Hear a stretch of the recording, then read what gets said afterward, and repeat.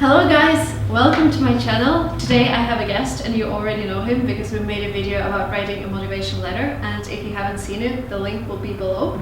Hi Walker. Hello. Walker is from the United States and he's currently living in Russia, and he's helping students from all over the world to get into the dream university. And today we're going to talk not about American universities. I know that a lot of people want to go to American university, and it was also my dream to go there. But there are a lot of opportunities in Europe, in Asia, to study in English, to save money. Because, for example, master's degree in an American university would cost you around 60k. And I studied in Germany and I paid 73 euros per semester. So compare like 60k, $60,000 and 73 euros. And for 73 euros, I also got this pass which allowed me to travel around Dresden. This is where I study. So there are a lot of opportunities to study in English in different countries and also form your network there. So, and today we're going to talk about those universities and Walker.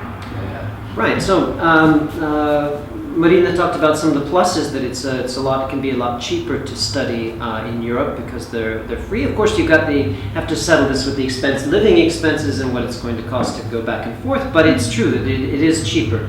Another plus is the location. If you live close to Europe, it might be more convenient. Europe is, of course, a beautiful continent with lots of great places to study, lots of old, historic, and beautiful cities and universities.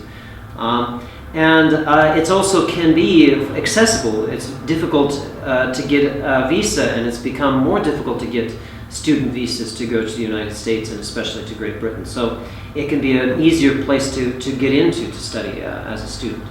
Another important point is that if your interests lie in Europe or in Asia, you always form long-term links, and you can always set your roots down in these places. And if that's where you're interested in going, you might want to just go there and study. Even if you don't have the language, you can study in English and pick up the language on the way. Mm-hmm. So there are really two main centers where English is studied in Europe and in Asia, especially Southeast Asia and China.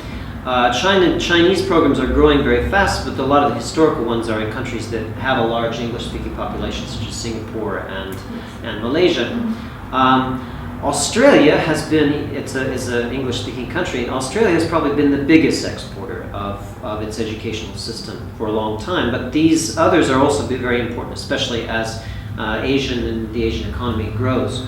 Asian governments are also heavily investing, Middle Eastern governments investing heavily in trying to improve their education. So there's lots of places and lots of support for building universities where the medium of education is just in English.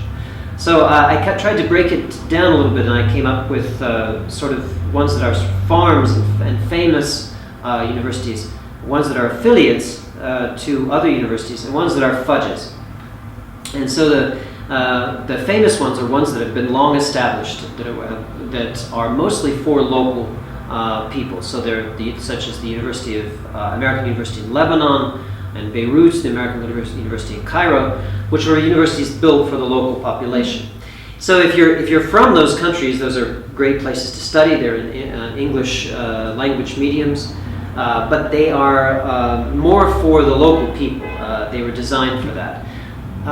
Affiliates are the majority of the new programs. They're where a university such as an American university or British university has set up an affiliate, created a relationship with a local university, and there they have built a campus. Sometimes it's a full separate campus, and sometimes it's kind of like a department within the university. And they have the cachet that they can issue diplomas from both universities, and therefore you come up with an American diploma. And then there are those that are supposed to be English medium education, but they're kind of fudges. It's where a local really that maybe has a lot of free students mm-hmm. has created a private sector mm-hmm. For English, especially for foreigners, that's either a lot more expensive or where they've managed to get some sort of funding for this. And sometimes you have to be careful. Sometimes those programs are not so good, and sometimes the education is not very good. Mm-hmm. So you have to do a lot of quality. You have to do a lot of quality, as you would with anything. You have to do a lot of quality checking. Yeah, just Google university plus reviews, and you will see like what Yeah. people say about it. And I always advise my students to try and find people who are studying there now through social networks who are from your country or from your background or from your field, and write them and say, what's it like to study there? So people that know the background and know what it's like to study this place, who you can understand, who have your same perspective, so you can see what they think. And it's super easy to do that on LinkedIn or Facebook, or whatever. So Right. don't be afraid to reach out to people. Right. So we have to make sure that the quality and the relevance. Another important point is that they should be that the degree that they give allows you to go on and study, and that degree has some value.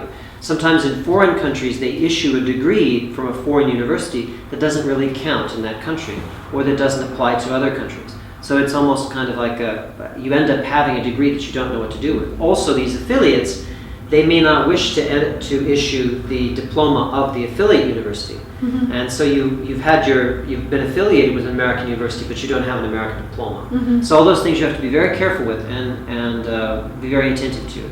But essentially, these programs are growing. They're growing at a rapid rate.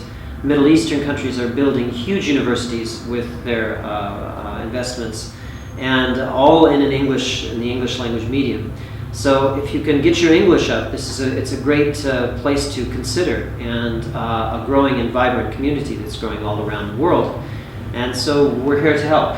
Yeah, sure. And Walker actually has a lot of students whose native language is not English and who are studying in non-English countries, but they're studying in English and they're quite successful. Right. So you have a student in Italy who's done a master's and PhD. Right, master's PhD, and later he got a job with a large Italian bank as an economist. Also another student who finished with an engineering degree in Aalto University, who went on to work as an engineer in Finland. Practically all the students, another student in Singapore, all the students that have gone there, coming from Russia, and from other countries, have managed to get jobs and also make roots and establish themselves there. And this is really important. So when you travel to a foreign country, you want to stay there and also apply your skills that you've just learned. And yes, so please feel free to write down in comments which countries you are most interested in, because as I said, Germany has more than 800 programs in English, and they're free.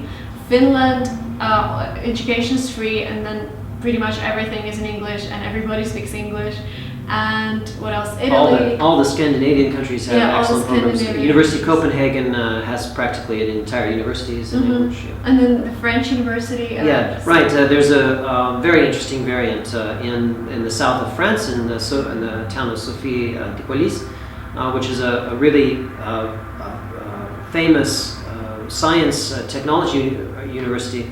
One of the grandes écoles. And I had a student go there recently, and it's a fantastic place and a fantastic setting, fantastic climate. So, so also Walker can help you with finding the right place and finding the right university, because he's had so many students traveling to different countries. And please feel free to book a consultation with him. I will leave a link below. And we're waiting for your comments about the countries you want to go to, so we can make more research, grab more stories, and make another video. There we go. Yeah, thank you so much for watching this video, and don't forget to subscribe to my channel. And see you later. Bye-bye. Bye-bye.